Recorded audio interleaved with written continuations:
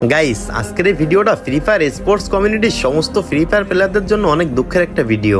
আপনারা সবাই জানেন বাংলাদেশ স্পোর্টস কমিউনিটির মধ্যে সবচেয়ে শক্তিশালী স্কোয়াড হচ্ছে আরএসকে। আর এই আরএসকে টিম সবচেয়ে শক্তিশালী হওয়ার পেছনে সবচেয়ে বড় অবদান কিন্তু স্নাইপার প্লেয়ার আরএসকে ফিলিকার ভাইয়ের। আর সবচেয়ে দুঃখজনক বিষয় হচ্ছে আরএসকে ফিলিকার কিন্তু আরএসকে টিম ছেড়ে দিবে। আর এটা আমার কথা না, এটা কিন্তু আরএসকে ফিলিকার নিজেই লাইভ স্ট্রিমের মধ্যে বলছে। তো চলেন তার মুখ দিয়ে কথাগুলো আমি আপনাদের শোনাই। আর আজকে থেকে বাইরে হয়ে গেছি ভাই, এর জন্য এদের সাথে আর কথা হয় না। প্লেট কারোর সাথে আর খেলবো না ভাই। আর আজকে থেকে বাইরে হবো না, বাইরে হয়ে গেছি অলরেডি।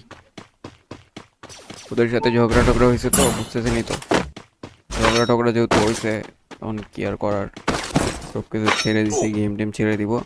গাইস, শুনলেনই তো, আরএসকে ফিলিকার নিজের মুখেই বললো সে আরএসকে টিম ছেড়ে দিছে। আর এই কথা শোনার পর ভাই আমার এত পরিমাণ খারাপ লাগছিল যেটা বলার বাইরে। তো তোমাদের কাছে এই বিষয়টা কেমন লাগছে সবাই কমেন্ট বক্সে বলে যাবা।